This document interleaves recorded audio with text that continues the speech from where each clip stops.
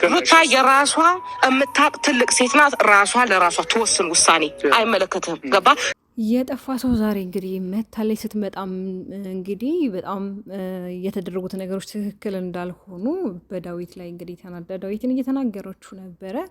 በተለይ አንተ በማይመለከት ገብተህ ነገሮችን ለማስተካከል እየሞከርክ ነው እና ነገ ላይ አንተ እንድትወቀስ፣ ነገ ላይ አንተ ራስክ እንዲጸጽተህ አልፈልግም። ሩታ ራሷን የምታቅ ሴት ናት። በጣም ጎበዝ ናት። በጣም ጠንካራ ልጅ ናት እና በራሷ ምንም ነገሮችን ማድረግ ትችላለች እያለች ነው። አዎ ሩታ በጣም ጠንካራ ጎበዝ፣ በራሷ ብዙ ነገሮችን ማድረግ ብቻም ሲሆን ማድረግ ትችላለች። እሺ ቡዜ ሰላም የኔ ተወዳጆች እንዴት ናችሁ? ያላችሁ በሰላምና ጤና ፍቅር ናፍሽ ይመኝላችኋለሁ። ተመልሼ መጥቻለሁ። ተመልሼ ስመጣ እንግዲህ ሰብስክራይብ፣ ላይክ፣ ሼር እንዲሁም ሀሳብ አስተያየታችሁ ኮሜንት ላይ ያስቀምጡልኝ። እንግዲህ ያው ሰሞኑን አልነበርኩኝም በስራ ምክንያት ካለበት አካባቢ ራቅ ብዬ ነበር እና ያው እዛም ሆኜ ያው ያሉት ነገሮች እከታተላለሁ። ከኢፋ ጋር በስልክ ከሁላችሁም ጋር ያው በስልክ ለማውራት እየሞከርኩ ነው። ታላቅ እንደመሆኔ ደግሞ ብዙ ነገሮች ያሳስቡኛል፣ ያስጨንቁኛል። ኤፋም ካለ ቦታው ገብቶ ብዙ ነገሮችን ለማስተካከል እየሞከረ ነው።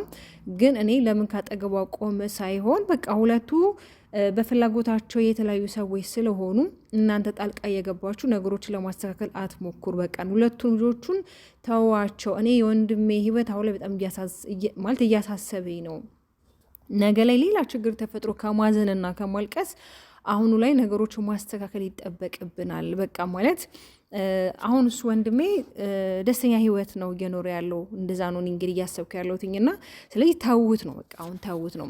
ሲቀጥል ያው ከዳዊት ጋር ያልተስማማችበት ሀሳብ ምንድን ነው? በተለይ እንግዲህ ከትላንት ወዲያ ዳዊትን አግኝታው ሩቲ እንግዲህ ከዳኒ ጋር ይቅርታ ለመጠያየቅ ተገናኝተው ነበረ። በእርግጥ ዳኒ ማግኘት ስላልቻለ ሩታን በዴቭ በኩል ነው እንግዲህ የተገናኙት አይደለም። ያው ብዙ ጊዜ ዳዊትም ይናገራል። እኔ ብዙ ጊዜ ሩታን ስጠራት አክብራኝ ነው የምትገኘው። በጣም ለእኔ ያላት ክብር እኔ በጣም ነው የምወድላት። እኔም እንደዚያው በጣም ነው ማከብራት፣ በጣም ነው የምወዳት እያለ ነበርና እንግዲህ ዳኒ ነው ደውሎልኝ ጠርቶልኝ እንዳስታርቃቸው ያናገረኝና አንድ ሰው ደግሞ እርቅን ሰላምን ሲፈልግ አላስታርቅም አልልም እያላት ነበርና አንቺ የተረዳሽው መንገድ ብራሽ መንገድ ትክክል ነሽ። አሁን ላይ ያስታርቂያቸው ነገ ላይ የሆነ ነገር ቢፈጠር እሱ እኮ ነው ያስታርቀን የሚል ህሳቤ እንዳይመጣብሽ ነው። ትክክል ነሽ።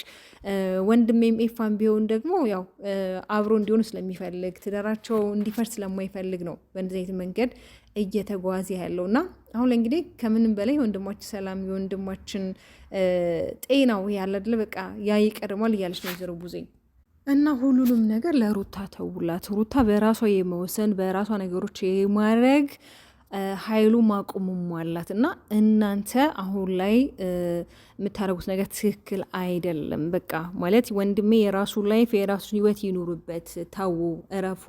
ነገ የሆነ ችግር ቢፈጠር እነሱ ናቸው መባሉ አይቀርም ነው እያለች ያለችው እና እንግዲህ አንቺም እኮ በሰዓቱ ብዙ ነገሮች ለፍትሻል እንዴ ለማስታረቅ በብዙ መንገድ ሄደሻል።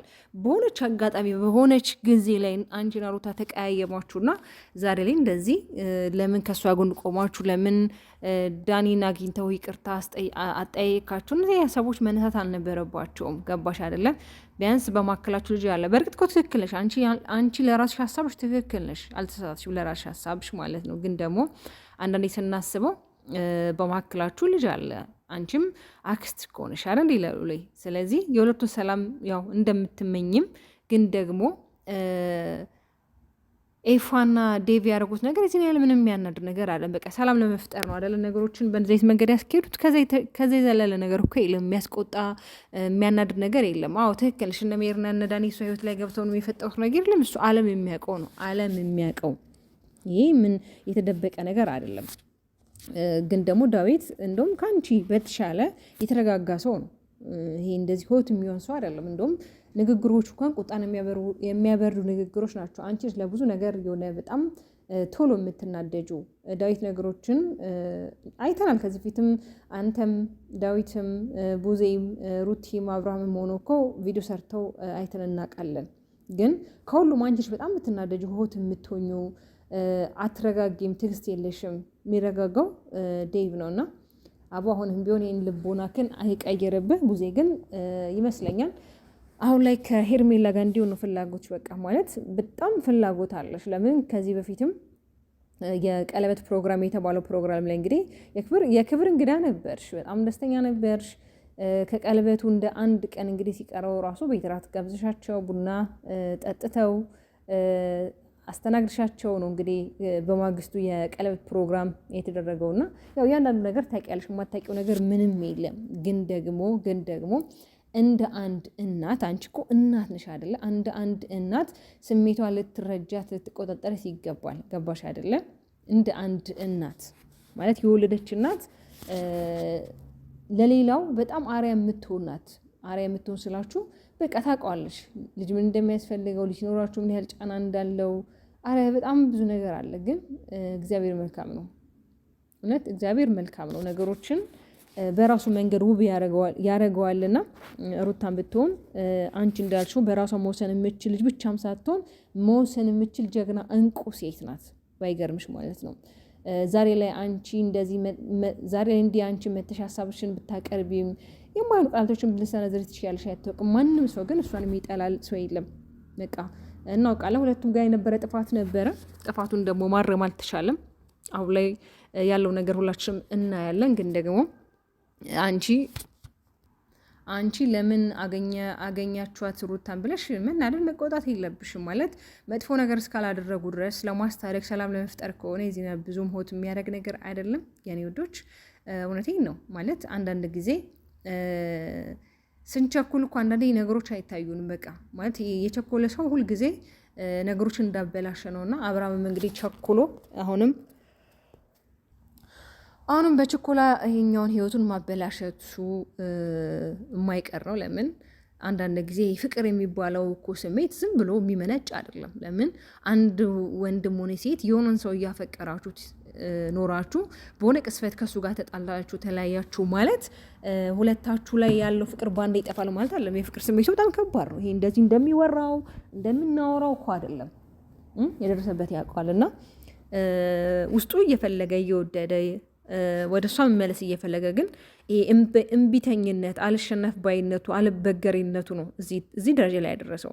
ታውቃለች ቡዜ ማለት ነው። ስለዚህ አሁን ላይ እንግዲህ ወይዘሮ ቡዛየው እንግዲህ የወንድሟ ደስታ ያስቀደመችበት ታይም ነው። በእርግጥ አማናችንም ቢሆን መቼም የቤተሰቦቻችን ደስታ እንመኛለን አይደለ? ግን ደግሞ የሄደበትን መንገድ ትክክል አይደለም ነው። እኛ ብዙ ጊዜ ችግራችን ምንድን ነው የምንለው የመጣችበት መንገድ ልጅቷ ትክክል አይደለም። አመጣጧ ነው ዋናው ወሳኙ ነገር። ገባችሁ አይደለ? የሰው ልጅ አመጣጡ ወሳኝ ነገር ነው። ለምን ባልንና ሚስትን ልጅን አለያይታ ነው ለራሷ ለማድረግ የምጥር ሴትን እንግዲህ በሆነ አጋጣሚ ነገሮች ተጠማዘው ከእሷ ጋር ዛሬ ላይ በቃፍ ያለ ፍቅር አትሉት እብደት አትሉት እንግዲህ ጀምሮ መከረውን እያየ ያለው ልጅ ይሄ ልጅ። ስለዚህ ብቻ እግዚአብሔር መልካም ነው። ስለ ነገ ማናችንም አናቅም። ግን ደግሞ ፈጣሪ ነጋችን ውብና ቆንጆ ተወዳጅ ያደርግናል ብዬ ተስፋ አድርጋለሁ። የኔ ውዶች ሰብስክራይብ፣ ላይክ፣ ሼር ማድረጋችሁን አትርሱ። ወዳችኋለሁ። ባባይ